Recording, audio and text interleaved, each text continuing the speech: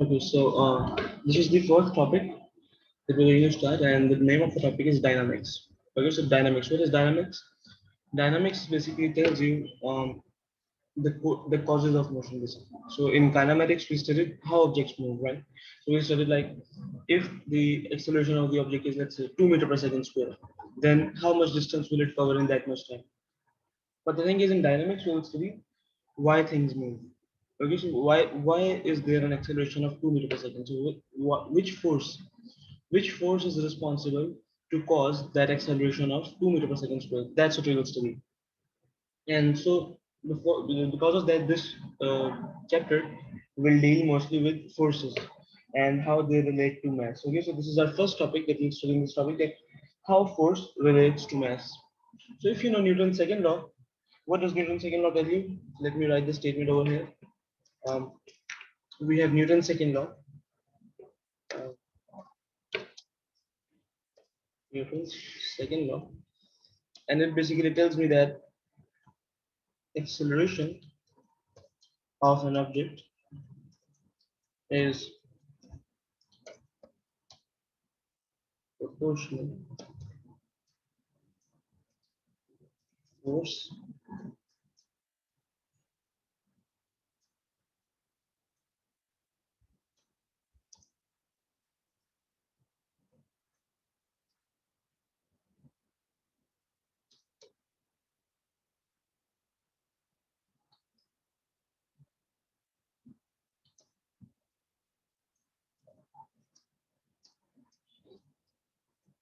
Okay, so this is basically the definition of Newton's second law, and this basically, if you think about it, it sounds logical too, because we know that when you are increasing the force, you are basically pushing or pulling it harder, so it will basically move more.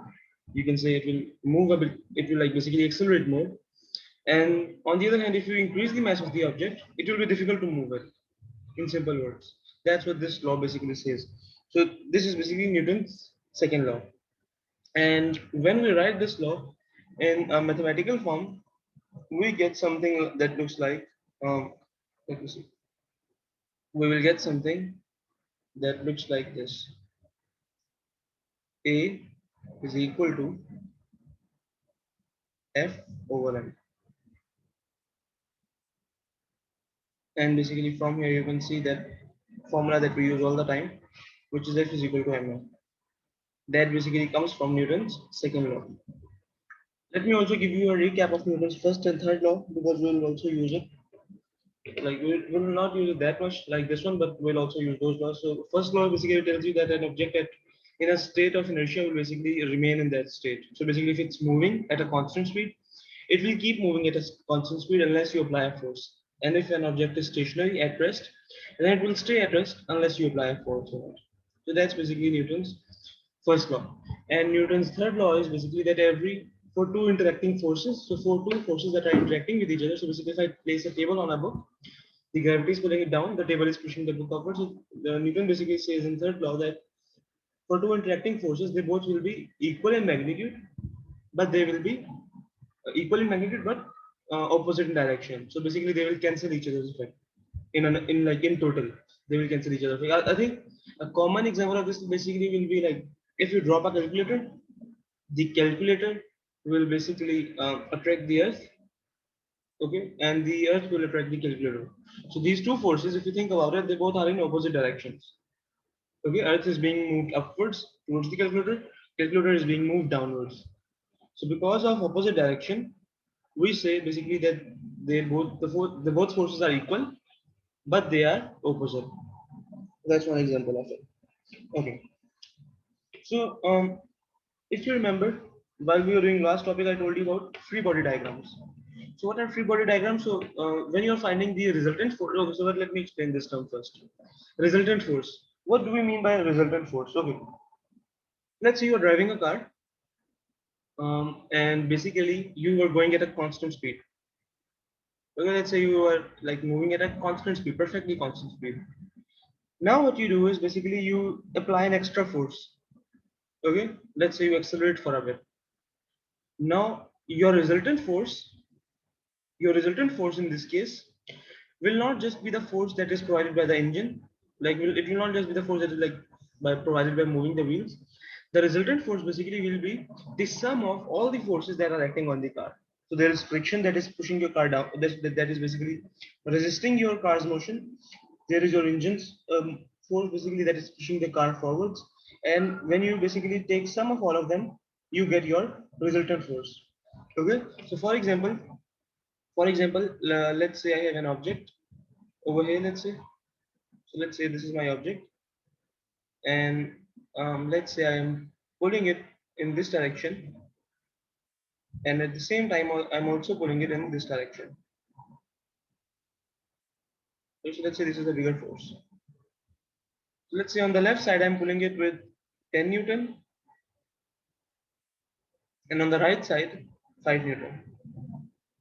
So the result of these two, let me show it like this. Okay. So the result of these two.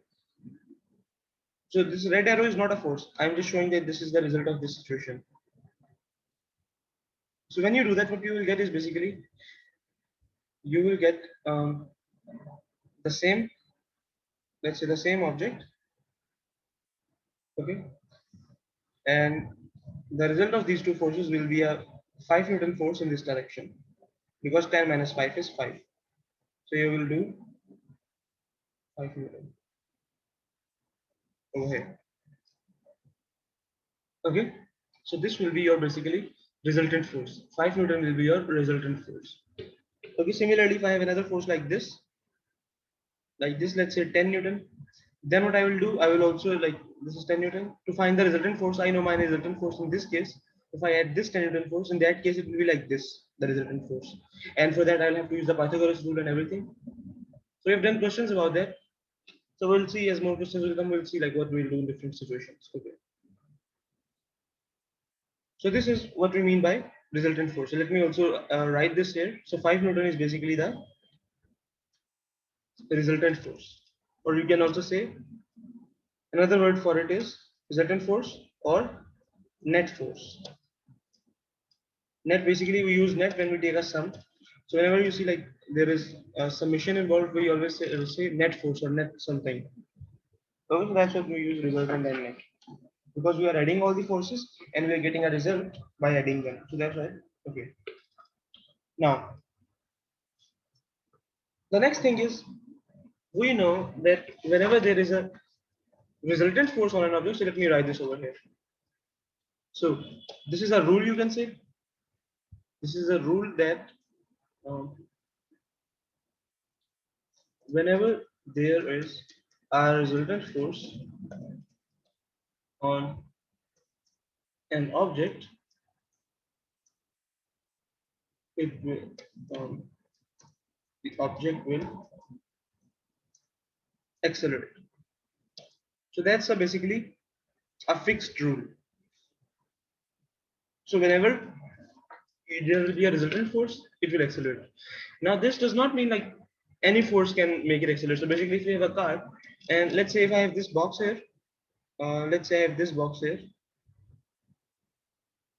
and let's say I am pulling it in this direction, and I am also pulling it in this direction at the same time, and both of these are 1 Newton and 1 Newton, 1 Newton and 1 Newton. So as a result of these two, what I will get is these both will cancel each other out, and resultant force is 0. Okay, so let me write it over here. Resultant force is equal to 0. So no acceleration. That's the thing basically. Okay. Resultant force. Okay, so what I'm trying to explain here is that basically, even if you have forces, so if even if there are forces being applied, so you, like you have 1 Newton force on both sides, still the object will not move, because their result is basically equal to 0.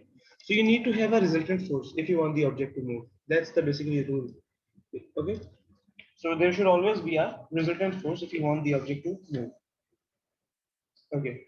To accelerate basically.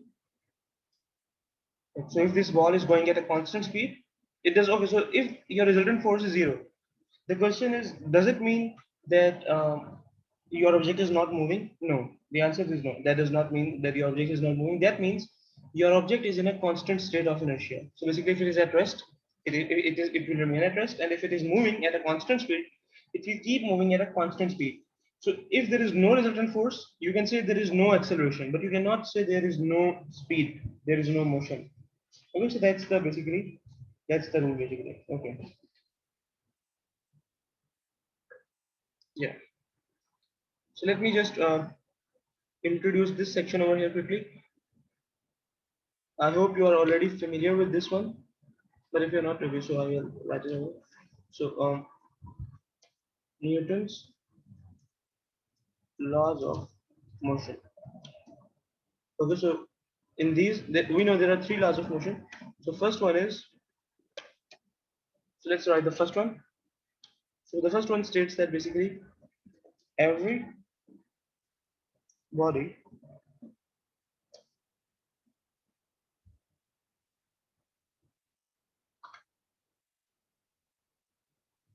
continues in its state of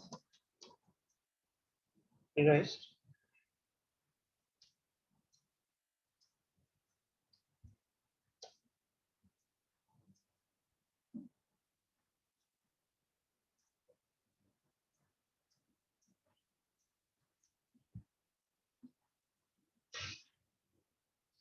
This is the first law. Okay, so as I said, basically, this is basically the same thing that I said. So if you have no resultant force, you can have no acceleration. In simple, say in simple words, basically. Okay, so no resultant force means no acceleration. Okay.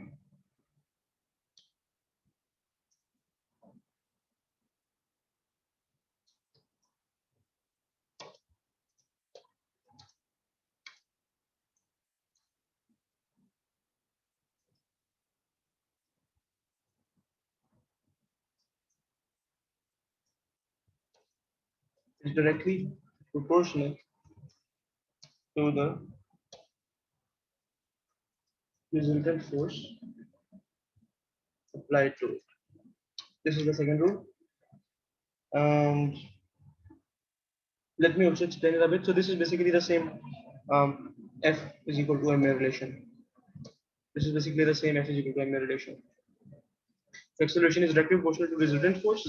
So we know that whenever there is this proportionality, we add a constant. Okay, so mass is basically a constant that we have added to maintain this proportionality. Okay. Now, the third law, basically,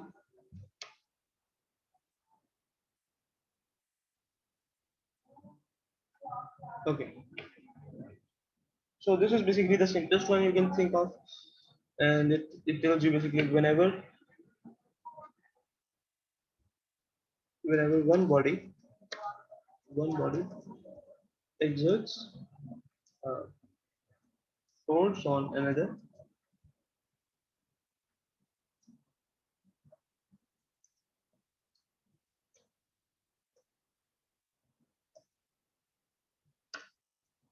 an equal and opposite force on the first one. So basically, if you are pushing the wall, I will give you the old example. So basically, if you have a book on table, so the table will basically push the book upwards, and the book will basically push the table downwards. Simply, and I've given you the example of gravity and all of this. So we have covered all of these laws of motion. So these are the three main laws of motion that were given by Newton. Okay, and I've already given you the explanation for the first one and the second one, right? I've already told you that basically why first one is true, because I've proved you earlier that basically if there is no resultant force, there is no acceleration. And for the second one, I told you this formula. I've explained both of them. Now for the third one, I will explain it to you. Like you will get the derivation of it, you will get the idea of it after we will study momentum. Okay, so momentum. But before we start momentum, I say I give you a little idea about a free body diagram. So let's consider an example for the free body diagram. How will a free body diagram look like? Okay. Um, So let's consider we have a book, okay, and let's say the book is like okay. Let me draw it over here. Oh, so let's say I have this circular object, okay. I'm not specifying what it is or anything. So let's say it is being pushed upwards.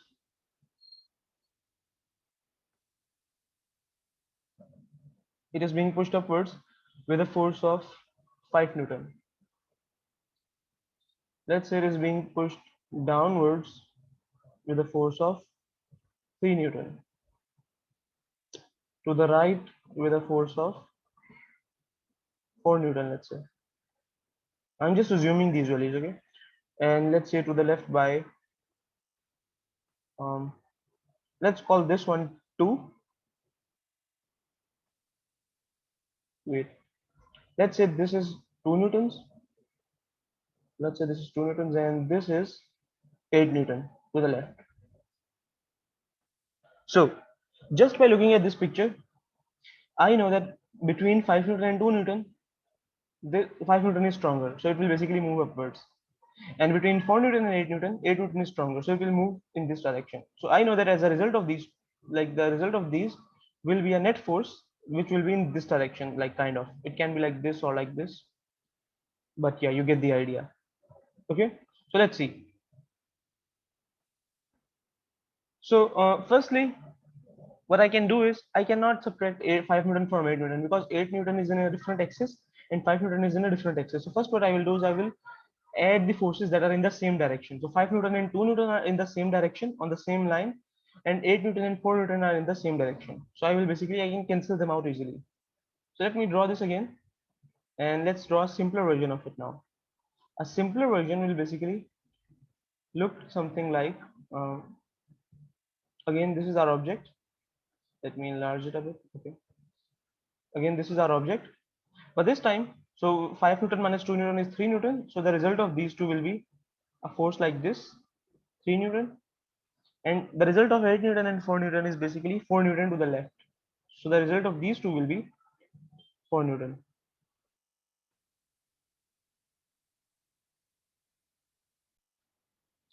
Okay. So this is the result of these four forces. I have simplified it a bit, but still I don't have the final resultant force. To find the final resultant force, let's see what we can do. So let's draw a triangle. So let's pick, let's say this red arrow, this is the 3 Newton line.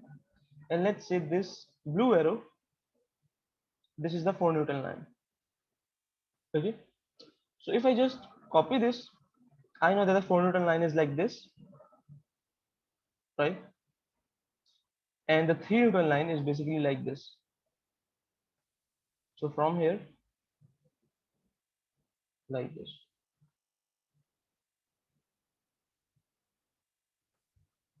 Okay. And I know the magnitude. So this one is 3 and this one is 4. So if I want to find the result of these two, I will get a vector that will look like this basically. This is the result of these two forces. And simply to find this green vector, what I can do is I can say, let's call this one C. So C square will be basically C square plus 4 square because it is a result of those two forces. And similarly from here I will get C is equal to 5 Newton. So that means the net result of these forces will be a force of 5 Newton in this direction. So let me draw it more accurately. A force of 5 Newton in this direction basically. Okay. Now let's also find the angle for it. Like what will be the angle to the horizontal? So I need to find this angle, right? This is the horizontal angle. This is the angle to the horizontal. So if I want to find it, I want to find this angle. So if you think about it, I can simply apply the trigonometric ratios. So I know that this angle, the cosine of this angle is basically equal to 4 by 5. If I want to apply the tangent rule, I know that tan theta is going to be equal to 3 by 4. So I can apply that. So let's go with that one. So tan theta is going to be equal to opposite 3 by 4. And from here, if I take tan inverse to the other side, I will get theta as tan inverse 3 by 4, 36.9 degree almost, 36.9 degree, 36.9 degree. So what does that tell me? That tells me basically that if I have all of these four forces, okay, and the result of these forces, basically, the result of all of these forces will be this situation. Let me show it here. The result will be basically this situation. So if you have this same block here and you just apply one force instead of applying all these forces, so you are just applying one force now, and this is a 5 Newton force, and you are applying it at an angle of, let's say, 36.8, 36.9 to the horizontal. It will produce the same result as applying all those four forces. That's what this resultant force means. So applying just this one force will have the same result as applying all those forces in different directions. So this is how you resolve forces. This situation. This is called a free body diagram. Free body diagram. So you show the forces in this. Always you have to show all of the forces in the free body diagram. So you draw the free body diagram. You find the resultant, the magnitude of the resultant, that is 5 Newton, and then you find the angle of the resultant. So I know that if I apply all of these forces, this object will move 36.9 degree from the horizontal, and it will move in such a way that the total force is 5 Newton. Okay. Now, the next thing in this chapter is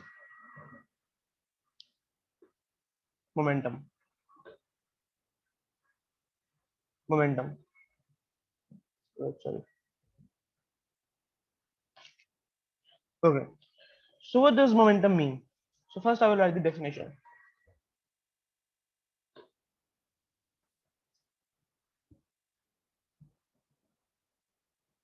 The momentum of a particle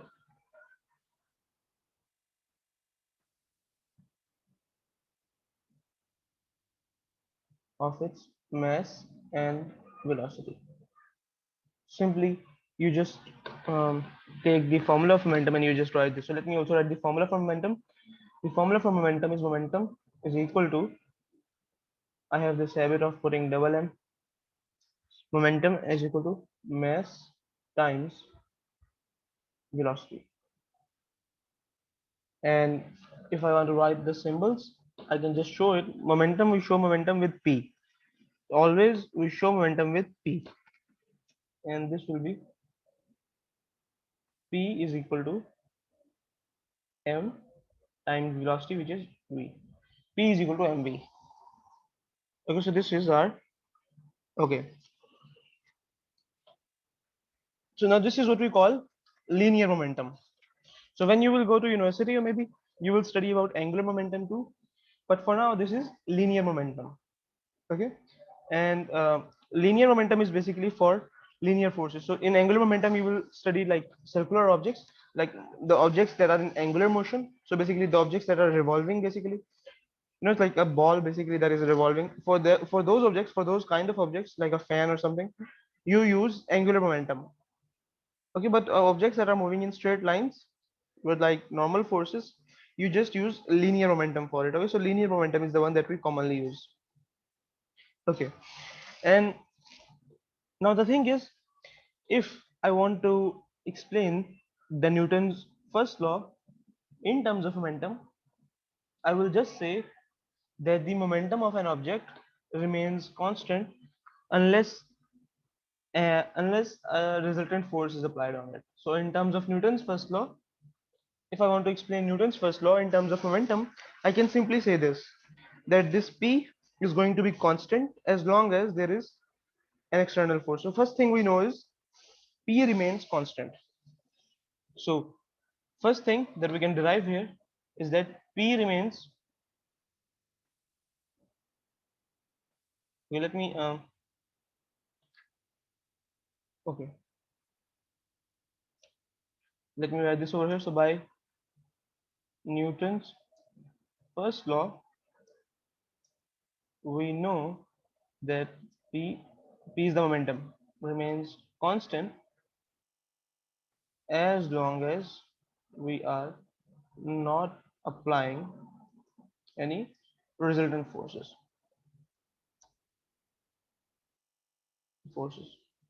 Okay, now this is what we have found this from the Newton's first law. So if you have a question in which they ask you about the momentum, so you can simply, if you see that there is no external forces acting on the object, you can simply calculate the initial momentum, and you know that the final momentum will be also equal to it. Okay, that's basically the thing. Now the second thing is the second thing is to explain Newton's second law in terms of momentum. What do we say? We say basically, okay, let me explain this identity first. This is one way to write momentum, right? So this is one way to explain momentum. Another way to explain momentum can be like this. So I know that basically force is equal to ma. I know this, that force is basically equal to ma. And what is a? I know from kinematics that basically a is m times delta v by delta t. That is a. That is the formula for acceleration. Okay. And to basically rewrite this, I can just rewrite it like this: delta mv. So if I consider mv as one, the change in v basically will be multiplied with m, and that will basically become the change in mv. Okay, so if m will change, this mv value will also automatically change. Change in mv over change in t. And what is mv? We know that mv is momentum. So force, in simple words, you can write force like this. Force is basically equal to what? Force is equal to change in momentum, change in momentum over change in time. So let me give you an example from, like, let's say cricket. So if you have a ball that was coming in with an initial momentum of 5, let's say, and then it left with a final momentum of -5 because it is in the opposite direction. Let's say it left with well, let's say it left with equal speed. Now if I want to find, or let's say it was in contact with the bat for like 0.01 seconds. So if I want to find the force that is applied by the bat, what I will do is I will calculate the change in momentum, which will be 5 minus -5. The change in momentum will be 10, and I will divide 10 by the time in which the ball and the bat remained in contact, for which this is basically the time for which the force was being applied by the bat, right? So this is that time. And if I use this formula delta p or delta p, I can calculate what was the magnitude of the force that was applied basically by the bat on the ball. This will basically tell me about that value in a simple way. Okay. And F is the, okay, again, this F is the resultant force. This does not mean any force. This means the resultant force. So let me also put this R over R ES over here. So if you have a resultant force on an object, then that is basically equal to the change in momentum over change in time. So you have to keep that in mind. And if you think about it, this is basically coming from Newton's second law, because this is Newton's second law statement, right? Second law. And the first one, P is equal to mv, was basically that came from the Newton's first law. Okay, so this is from Newton's second law, and we know that the total. So the net thing is, this is another form of Newton's second law. The first form of Newton's second law was like F is equal to ma. But if you don't want to use that form, you can use this form, which says that basically force, resultant force, is equal to the change in momentum over change in time. Okay.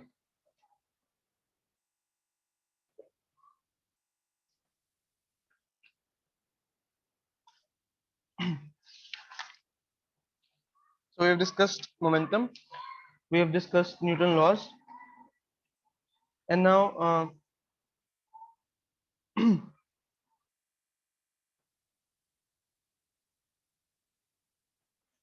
okay.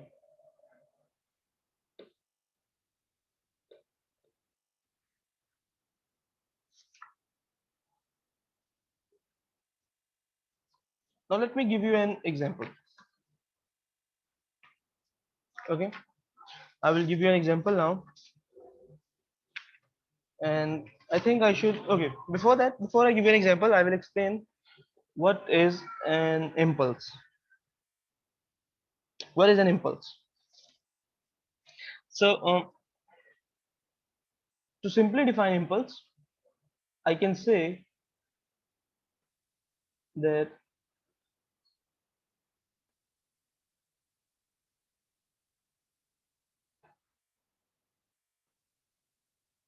impulse. So, if you have a constant force,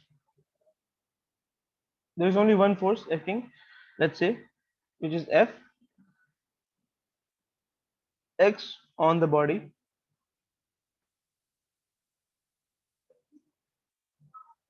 for a long time, for a time, let's say, not a long time, for a time, delta T, I will leave some space here to write that, delta T,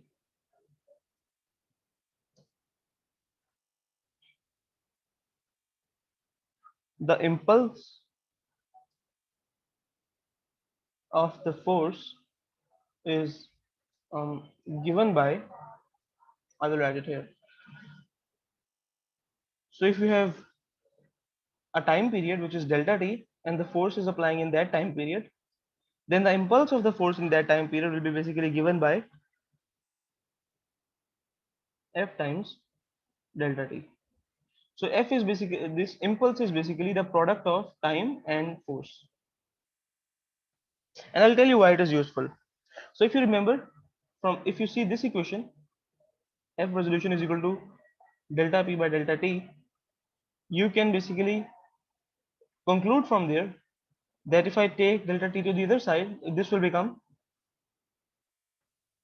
delta P is equal to F times delta T. And I know that this is the change in momentum. So this F delta T, this is the impulse, and this is basically equal to the change in momentum. So this value of delta T is useful because I can use it to find the change in momentum of a value. This will tell me the change in momentum. And I can write it over here, impulse. This impulse will basically tell me how much the momentum has changed for an object. That's what it will tell me. Okay.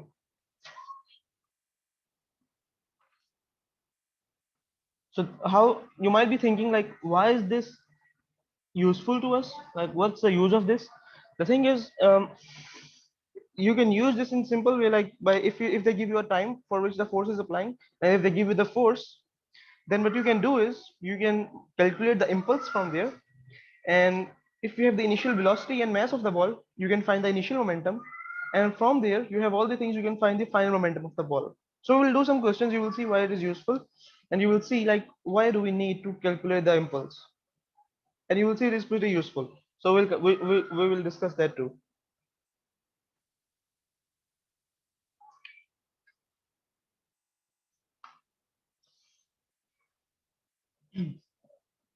Okay.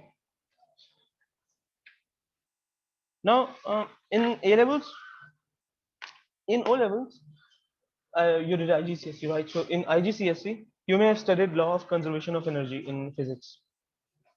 So law of conservation of energy basically tells you that the total energy of a body remains conserved, right? So if you remember from O levels, total energy of a body remains conserved always. That was the principle of conservation of energy, right? In this chapter, we will study another principle, and that is called the, let me write the name over here,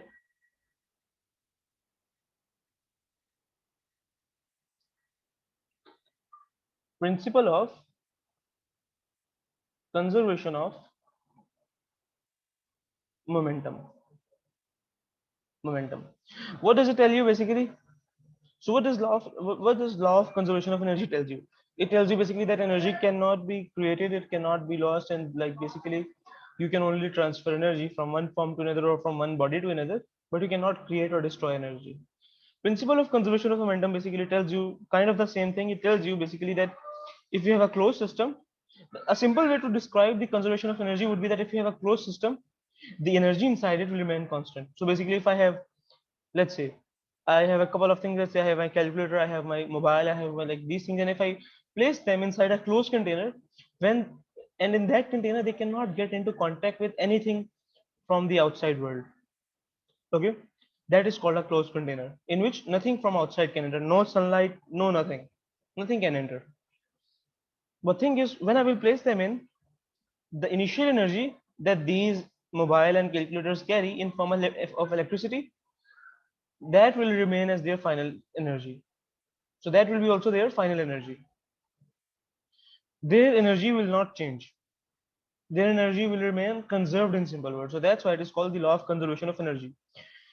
Now, this conservation of momentum basically tells me that if I have two bodies, okay, and they are not under the action of any external force, just like in the conservation of energy example, there is no external involvement. So like basically there is no third body that is pushing or pulling them or doing anything. So their momentum, their total momentum will basically remain conserved. So for example, let's say we have this ball and we have this second ball. Okay, so let's first say that this ball is has a mass of 5 kg,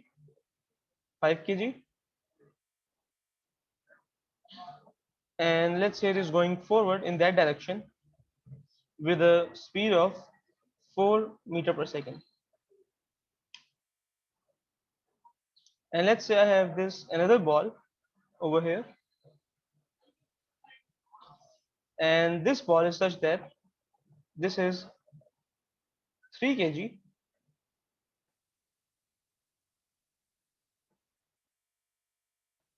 and it is going there with a mass with a velocity of 5 meter per second. Now, if I want to find the total momentum of these two, how will I find it? So let's say first I will find P1, Pi, let's say Pi, P initial, let's say. So P initial will be always equal to P final, PF. This is basically the law of conservation of momentum.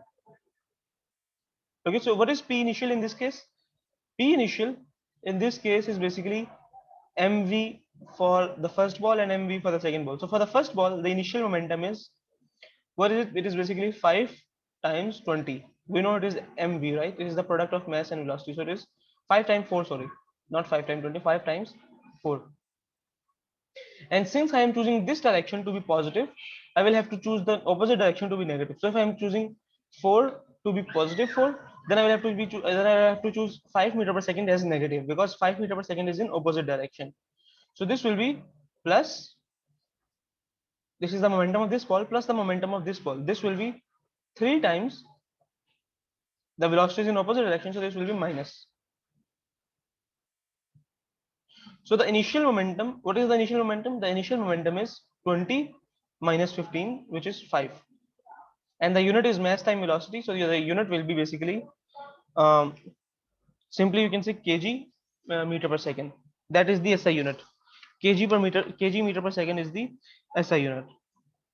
Okay, or you can also use Newton second, because we know that it is also equal to F times delta T, but we don't use Newton second much. We mostly use kg meter per second minus I. This is the initial momentum. Now, let's say they tell me that after this collision, this ball basically, so let's say this is again 5 kg ball. This is moving with some speed v, we don't know. And this ball, after this collision, let's say this is moving in this direction now with a speed of, let's say, um, let's say the speed is now What can I put here? Let's say 2 meter per second, or let's say 1 meter per second. Yeah, 1 meter per second. Now this mass is again 3. Now they want me to find this v, like what will be this speed. So I know that the initial momentum is 5. Now I want to find the final momentum. How will I find the final momentum? I'll first make the expression for final momentum. So this expression will basically look like this.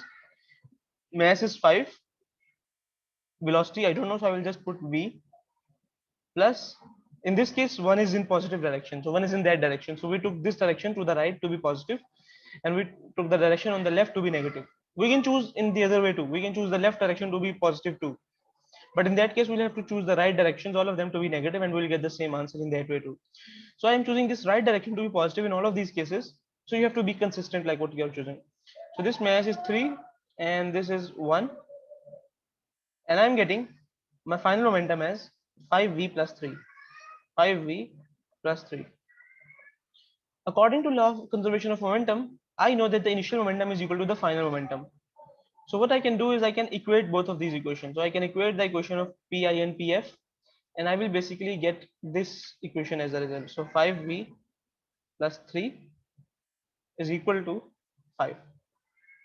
And simply I will get v is equal to 5 minus 3 will be 2. 2 by 5 will be 0.4. So I know that my ball, my 5 kg ball will be moving with a 0.4 meter per second speed if the other ball is moving with a 1 meter per second speed in the other direction. So that will how things look like in this case.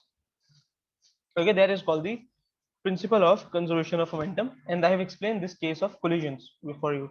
So what does this conservation of momentum tell you? So let me write this briefly. This basically tells you that in a closed system, okay, so instead of saying in a closed system, I think we should say, um, let me see what we should say. Okay, I think a simple way to put it would be like this. So in a collision, in case of a collision,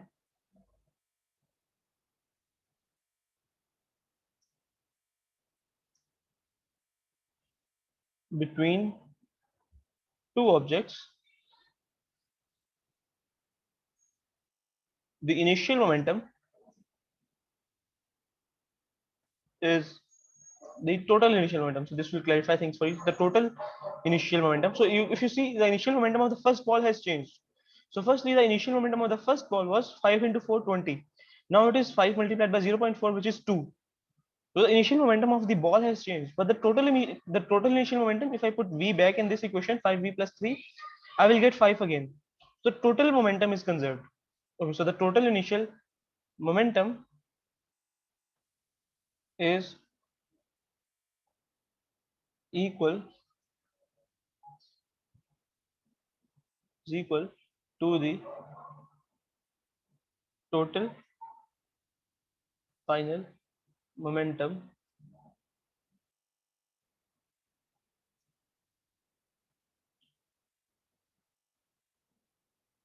two objects.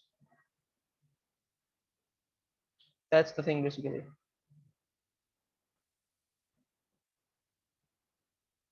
Okay. So this is basically how you explain it. Okay.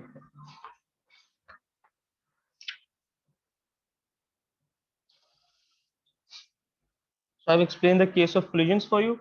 One thing you have to be consistent for the collisions is like you have to be consistent about the direction. So if I choose this direction, the right direction to be positive, then the left direction is negative. If I choose the left direction to be positive, then I have to choose the right direction as negative. I am not limited to always choosing the right direction as positive and the left direction as negative. I am not, I don't have to do that always. But what I should always do is if I'm choosing one direction positive, then I should always choose the negative one, to like the opposite one, to be negative. That's the rule.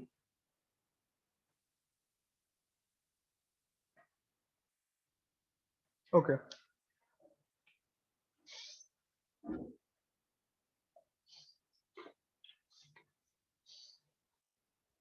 Let me also write a common I will write a common rule for collisions, for the case of collisions. So let's say you have this ball, and let me copy this a couple of times. So copy, paste, paste. Okay. So let's say this is the initial case, and let's say this is the final case, and let's say initially this has mass m1, this has mass m2. So we know that if this mass is m1, mass will remain constant, so this will still be m1 and this will be m2. So let's say before the collision, these balls were approaching each other like this. So this was approaching it with speed v1 and this was approaching it with speed v2. So let's say the collision took place at this moment, in between these moments, and after that this ball started going in that direction. So this, let's say, became let's call this u, because I'm choosing a different variable from v. So m, and let's call this one u1. So this is not the same u as kinematics. In kinematics we used u to explain um, you used u to explain basically the initial velocity. This is not that. I'm just using u as a variable. So this is u1. It is moving with a velocity of u1, and this object is basically moving with a velocity of u2. u2. So if I find the initial momentum will be, I'm choosing the right direction to be positive. So I'm choosing this direction to be positive again. Okay. So similarly, the other direction becomes negative automatically. So m1 v1 will be positive. So I know v2 is in the opposite direction. So this will become minus m2 minus m2 v2. Also, if I ask you like if momentum is a vector or scalar, you can also say vector, because as we can see, when velocity is negative, the direction of the sign of momentum changes. So when velocity is, like, say, in the opposite direction, this m2 v2 becomes negative. So we can say the momentum is also a vector quantity, not a scalar quantity. And this is basically equal to the final momentum. What is the final momentum? Minus m1 v1, because it is in the left direction. So minus m1 v1 and plus, so not v1, u1, because we are choosing u here,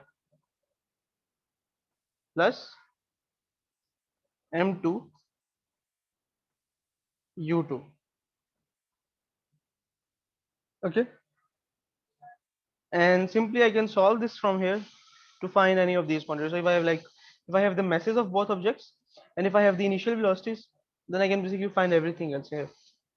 Okay, so you will see in the questions, you can just apply this. Also, let me consider another case. Let's consider another case in which I am considering this direction to be positive. If I'm considering this direction to be positive, in that case, if the left direction is positive, what will happen? This will become negative, this will be positive, this will become negative. Okay, this will be positive and this will become negative. So let's see, v1 is on the right and we are choosing this direction to be positive, right? So v1 will become negative, so this will become minus m1 v1, because v1 is in negative direction. And v2 is positive now, so this will become plus m2 with plus m2 v2 is equal to the final case. In the final case, u1 is in the positive direction now, so this will become m1 u1, and the u2 is basically in the negative direction now, so this will become minus m2 u2. So at this point you might think that basically if all the signs have changed, then that means the equation is false. That you might think that basically this equation depends on how we choose the direction, but it does not. I've told you earlier, the equation does not depend on which direction you choose as positive and which direction do you choose as negative. If you look at these two equations, and if I tell you to take m1 and u1 to the other side and m2 and u2 to the other side, and bring m1 and v1 to this side and m2 and v2 to this side, you will see this equation will basically become the same thing as the first one. When I will take this m1 u1 to this side, this will become minus m1 u1, like here. This m2 u2 will become positive plus m2 u2. And if I take these to the other side, to the right side, this minus m2 v2 become m2 v2, like this one, and this will become basically negative, like this one. So all of them basically, this is basically the same equation, nothing has changed. The purpose to tell you this is basically, it does not matter what you choose as your positive axis, okay, as long as you are consistent with the direction. Okay, so if you are choosing right to be positive, remember that every velocity that is in the right direction will be positive, and alternatively every velocity that is in the left direction will be negative. That's the thing, to summarize. Okay, be consistent with your direction. I am not limiting you to choosing any one direction, so you can choose left to be positive if you want, but be consistent. Okay, now we have discussed collision, we have discussed initial collision, we have discussed after like final collision. Now there is this type of collision that we should study. There are these types of collisions. I think for before that we should do this one example. So let me share the example here. The example says some tennis balls can serve the ball at a speed of some tennis players, sorry, can serve the ball at a speed of 55 meter per second. The tennis ball has a mass of 60 gram. In an experiment, it is determined. Okay, wait, no, this is a different one. This is from the impulse chapter. Let me look at one from this chapter. The question is okay. This question seems nice. Okay, the question is, an ice skater of mass 80 kilograms initially at rest pushes his partner of mass 65 kilograms away from him so that she moves with an initial speed of 1.5 meter per second. Okay, so let me write the question over here first, then we will do the question. So the question basically tells you that um, an ice skater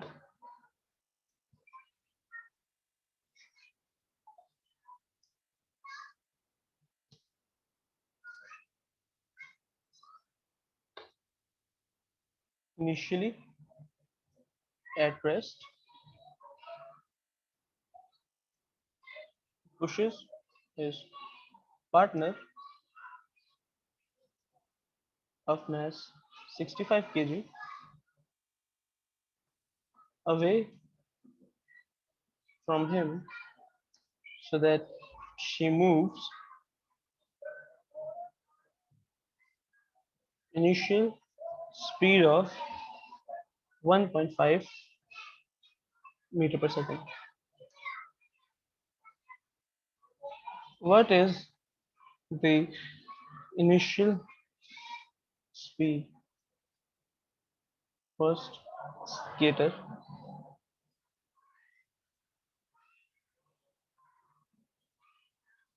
partner? Okay, so you understand the question. The question basically tells you like he pushes his partner, and due to that she moves.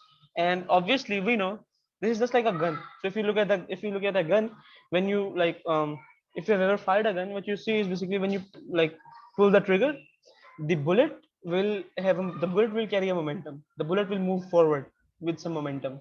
Okay, because bullet has a velocity and it has a mass, so it will move. And similarly, your hand will move backward because because the mass of your hand is too much, because the mass of your hand is very high. For that reason it will not move that much, but the bullet, the mass is very small, so it will move a lot because the momentum is equal. The sum of mass and velocity is equal. So if you increase the mass, velocity decreases, and if you increase the velocity, mass should be low. Okay, so let's look at this example now. This is kind of like Newton's third law in a different way that we are studying. Okay, so let's consider the first case. So first case is, they both are, let's consider them as 2 points. Let's consider both of them as 2 points. So in the initial case, they both are stationary like this. They both are stationary. Their initial momentum is Pi is equal to 0, right? They both were stationary right now. Now what he has done is, so this will also clarify one more point.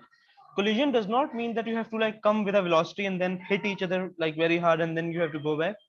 No, Even if you are stationary and then you start moving by pushing or something, that is also a collision.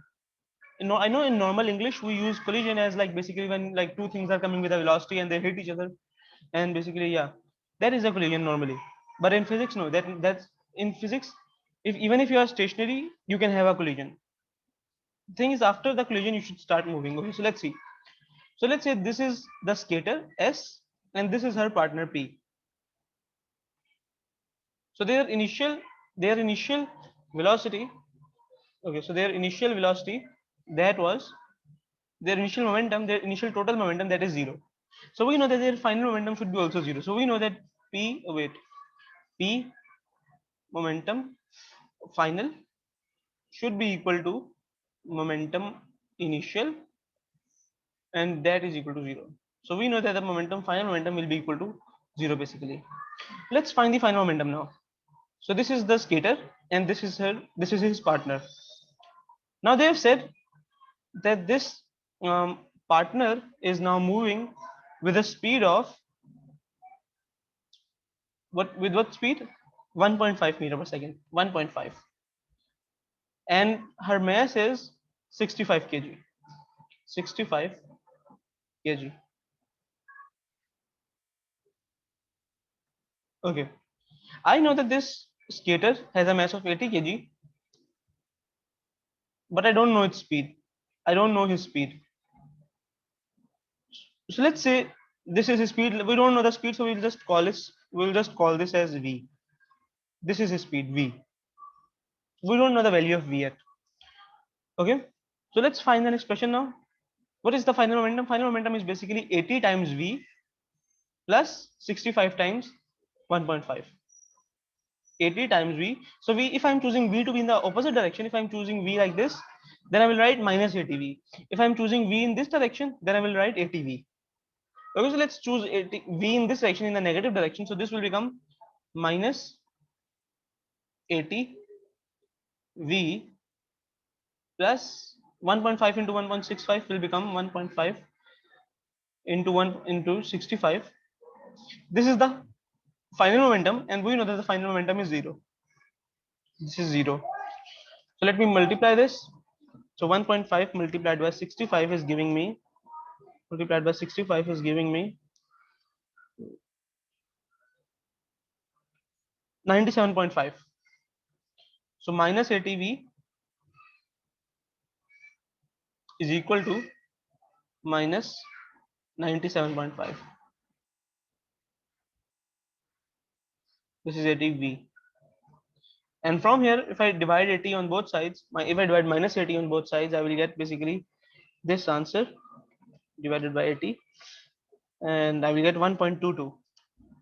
So my answer will be basically the answer is coming out to be 1.21875, but I can round it off to 1.22 meter per second. And this is in the left direction because I choose my direction to be on the left side. If I choose this direction to the right, then basically I will not need to put this minus sign. There will be no minus sign here. And in that case, I will get this velocity to be negative, which will again tell me that the velocity is to the left. So no matter if you choose your arrow to the left or right, its value will come out in the answer according to what you choose. Okay, that's basically the main concept here. So this is how you use initial and final momentum, and this is how you apply basically the principle of conversion, or the principle of conservation of momentum. This is the way to apply it. Now, as we are done with this now we will study um, two types of collisions. There are two types of collision. So you may be asking like, what could be those two types of collision? There is elastic collisions and inelastic collisions. So this is a new concept now, elastic collisions and inelastic collisions. So let's see types of collisions. And there are two types, elastic and inelastic. So these are the two types of collisions, elastic collisions and inelastic collision. Now what do we mean when we say elastic collision? So you may think like the ball may stretch or something like that, but no, it does not have to do with anything with that. this is basically related to kinetic energy. So elastic collisions are the ones basically in which the kinetic energy remains conserved before and after the collision. Let me see if I've written the definition of elastic. If I've written the definition of conservation of momentum, yeah. Okay. So in elastic collision, what happens is basically the kinetic energy remains conserved before and after the collision. So let's first write this. Let's first write for elastic collision. Elastic collisions. The total kinetic energy of the system um, remains constant before and after the collision. After the collision. A simple way to say this can be basically that the initial kinetic energy is equal to the final kinetic energy. That is another way to say it. Or another way to say it is, um, this may seem difficult. This may like seem difficult to read, but this is actually easier. So this says that relative speed of approach is equal to the relative speed of separation. So what do we mean by that? Let's see. So these are the two ways to describe elastic collisions. So if you think about it, kinetic energy you can basically find out, like if you have an elastic collision, in that case you can find the initial kinetic energy and you can say it is equal to the final kinetic energy. So you can find the mass and velocity or anything you want to find from there. But what about relative speed of approach and relative speed of separation? So this is basically the same way to say that. So if I have two balls, so let's say this is one ball, and let's say this is going ahead with a velocity of 1 meter per second. And if I have this another ball, which is also going ahead with 1 meter per second. Okay, let's say this is going in this direction with 1 meter per second. 1 meter per second. So in that case, what will happen basically? This tells me that after the collision, if it is an elastic collision, what will happen that relative speed of approach will remain equal as the relative speed of separation. What is the relative speed of approach? That basically means the like how will these balls look at each other and how will they see the other ball. So basically if let's say this ball has eyes, so let's say this ball has some eyes, and what will this ball see? So we know that this ball is going there with 1 meter per second, but let's say if this ball has eyes, it will see itself as stationary. It will see itself as stationary, and simply what it will do is it will see that this other ball is coming at it with like 2 meter per second. That's what it will look like to the ball, because the ball is thinking of itself as stationary. The ball does not think it is moving. So this 1 meter per second, they are approaching each other with like 1 meter per second from each direction. But to this ball, if I keep this one stationary, this means that the other one is approaching it with 2 meter per second. So a simple way to find the relative speed of approach without going into any of the details is that basically you what you do is basically you add the velocities. You basically subtract the velocities basically to find the relative. You find the difference in velocities of them. The difference in velocity of both of these balls will tell me the relative speed of approach. So if I want to find the difference, I will do 1 minus, and this one is in the opposite direction. So this will become -1. So the relative speed of approach is 2 meter per second. 2 meter per second. So the relative speed of approach is 2 meter per second. Okay. And similarly, if I draw something else, so if I say like there is this one ball again, and let's say this ball is moving with 5 meter per second, 5 meter per second, and let's say there is this other ball that is moving with 3 meter per second, let's say 3 meter per second. So in this case, the speed of approach, the relative speed of approach will be 5 minus -3. Okay, so this will be 8. So this will be the relative speed of approach in this case.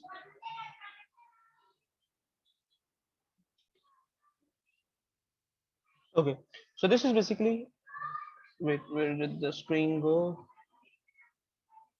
Let me see. Yeah, so this is basically the concept of elastic collision. Here I will. So, okay, this was for elastic collisions. Now inelastic collision.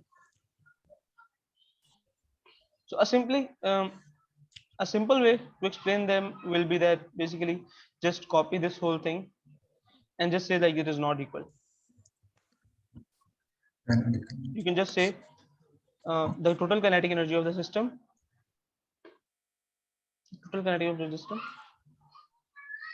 does not remain constant before and after the collision, or the relative speed of approach is not equal to the relative speed of separation. So these are basically the two common ways to explain this concept of elastic and inelastic collisions.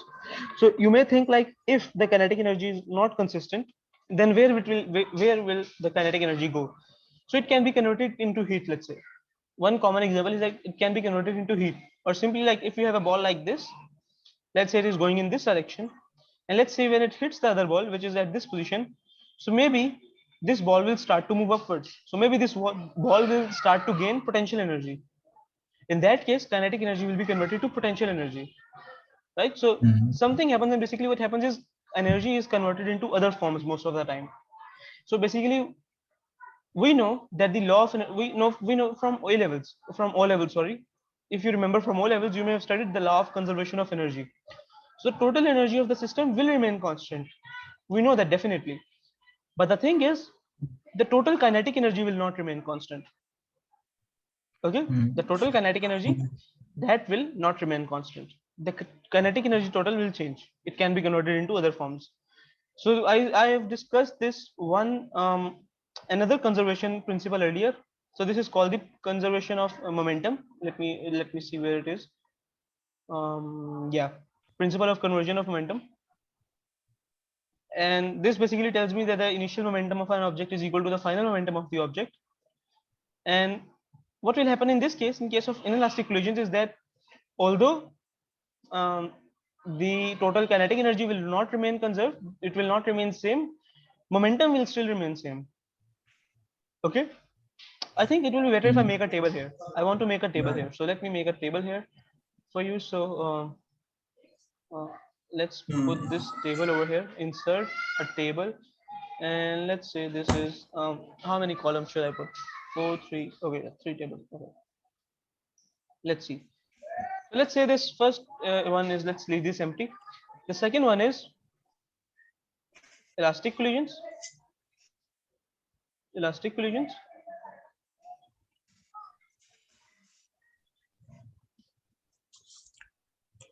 Inelastic um, inelastic collisions. Okay, I edit this extra one, let me remove this. Okay, and let's put momentum, total momentum. So let me this is total momentum, this is total energy, and this is total kinetic energy. So these are three things. So in elastic collisions, this will remain constant, total energy will remain constant, total kinetic energy will also remain constant. In inelastic collisions, total momentum will remain constant, total energy will remain constant again, but total kinetic energy, that will not remain constant, not constant. That is basically what is the relationship between momentum energy and kinetic energy? momentum and energy. That is not important. The relationship between like them is not important, because the thing is, there is a relation. You can like find the momentum, so you can find the kinetic energy. Let me put it over here. I'll just explain it. So we know that the momentum is basically mv, mass times velocity, and kinetic energy is basically half mv square. half mv square. Mv, instead of writing mv square, I can just put mv times v. We show momentum with p, right? P. With So a this is, tilted P. Yeah. this is E basically. So what I can do is I can replace this mv with p. So simply to show the relationship between kinetic energy, this is kinetic energy. Okay, so ek, let's say ek, kinetic energy. So to show the relationship between kinetic energy and momentum, I can just say 1/2 and momentum times velocity. You can say this is a relation, but this is not important. I am telling you this is not important. Okay, just for your sake of understanding, I have explained this. But yeah, I can confirm that this is not, they're not going to ask about this in the exam. Okay, let me also select this part over here. Let me also select this part and take it above. Okay. Yeah, so let me do one example over here again. So let's say you have these two balls. Let's say you have these two balls, and this first one is approaching in this direction with a speed of 5 meter per second, and this has a mass of 1 kg, let's say. And this other one, this has a mass of 2 kg, and it is approaching in this direction with a velocity of, let's say, 10 meter per second. So let's say I choose this direction to be positive. Let's say if I choose this direction of velocity to be positive, so left direction will automatically become negative. So my initial momentum pi is going to be mass times velocity. So the mass of this ball times the velocity of this ball plus the mass of this ball times the velocity of this ball. So this will become basically the mass of this is 1 and the velocity of this is 5, 1 times 5 plus the mass of the second ball is 2 and the velocity is minus 10 because it is in opposite direction. So this will become minus 10. So this will become, my initial momentum is basically equal to what? 5 plus minus 10, 5 minus 20, this is minus 15. And this is basically equal to my final momentum too. Because I know If that the the momentum is, arrow, if the arrow, huh? huh? What are you If the arrow asking? was on the other side, we have If the arrow no was on the like other side, if the arrow 10, like this, yeah, we would have arrow. like Yeah, in that case, we in would that have. case, in that case, a collision is not possible because this ball too is moving away with 10 meter per second, right? So they will never collide. They will never meet. The distance between them will keep increasing. For collision, they have to approach either way. Okay, so that's okay. And what is the relative speed of approach? Relative speed of approach. So let's call this v a. This is basically equal to 5 minus 10. So this is equal to minus. This is equal to minus 5.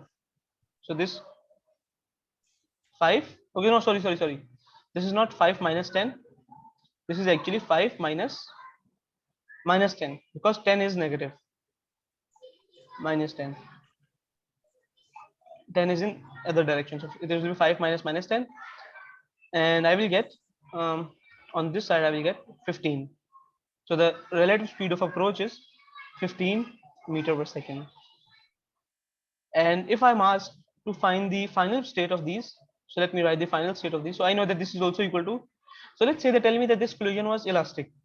So in that case, if this collision is elastic, in that case, this will also be equal to the relative speed of separation, Vs. This will be equal to the relative speed of separation, Va is equal to Vs.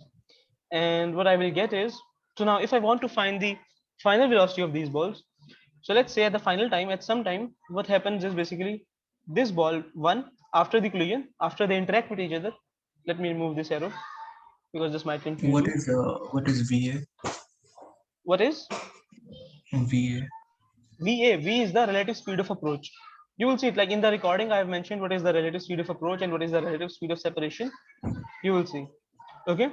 So in the final case, what will happen is basically this will have some velocity v1, let's say v1, and this second ball of 2 kg will have some velocity v2. let's also pick this direction. Maybe we don't know, that directions will figure themselves out. I will tell you how. So let's say this is v2. If this direction is going to be in this, if this ball 2 is not actually moving in the right direction, if it is moving on the left direction, then my answer will come out to be negative. I don't need to worry about the arrow. Okay, I can choose any arrow. If this v2 is going to be towards the left, then I know that v2 will be negative. Okay, so we don't need to worry about the direction of these arrows. So what is the final momentum? Okay. The final momentum pf is basically equal to 1 times v1, so that will be v1 plus 2 times v2, 2v2, and I know that this is equal to the initial momentum, which was minus 15. So this is equal to minus 15, and I know that the collision is inelastic. So let's first find what is the relative speed of separation. So the relative velocity of separation is basically v2 minus v1. So v2 minus v1. So okay, so in the first case, what I did was I did v1 minus v2. So I subtracted the second velocity from the first one. So I will do the same again. Okay, you have to be consistent. So this will be v1 minus v2 again, because in the first case I did 5 minus 10. If I had done 10 minus 5, in that case I could do v2 minus v1, but since I've done this, so I will go with this one. And I know that this is going to be equal to what? This is going to be equal to VA, which is basically 15. So if you think about it, you have two equations. So let me show it over here. You have two equations.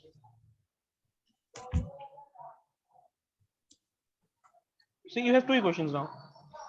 And this is a system called the simultaneous equations. When you have two equations and two variables, this is called simultaneous equations. So there are multiple ways to solve simultaneous equations that you may have studied in IGCSE. One way to do them is by addition and subtraction. So let's say I subtract this second equation from the first one. So let's say I subtract this, so I will get 0. So this will become plus 2v minus v2. So this will become 3v2 is equal to minus 15. So this will become minus 30. So my v2 will be minus 10, and my v1 I can calculate from v2 that my v1 will be 25. No, it will be, sorry, minus 10. So I can put v2 over here. I can put v2 over here. So if it is minus 10, so this will become v1 will become 5. So what does that mean? Basically, that this v1 is basically equal to 5. Okay, and this v2 is basically equal to minus 10. So this is like let me show you. So this is like this.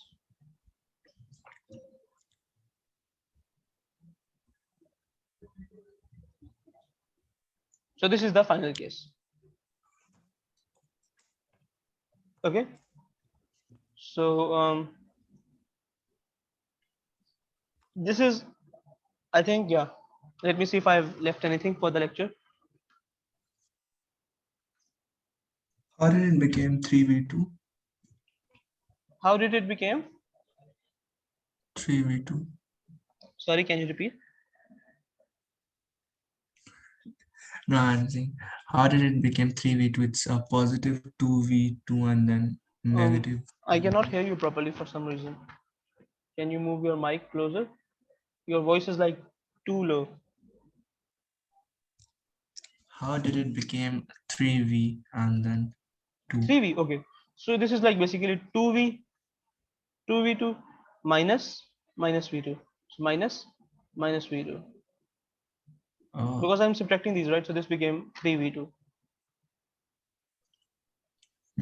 Okay, and v1 minus v1 is 0, and minus 15 is basically minus 30. That's how I got 3v2. Okay, you can put these values of v1 and v2 in both of these equations, and you will see that the values will come out to be correct. So let me see.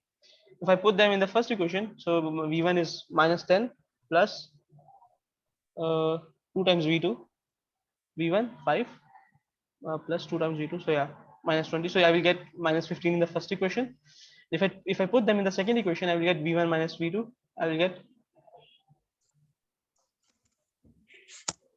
V1, sorry. Yeah, sorry, yeah, so they are right. Yeah. So V1 minus V2 will again give me 15. So I can see both of them are correct. This is one way to basically confirm your answers. So if on paper you ever want to confirm your answers of these simultaneous equations, what you can do is you can plug in your answers back into your equations Yeah. and they will give you You your can answers. plug in the value. Okay, so I will wait. I will stop the recording for now.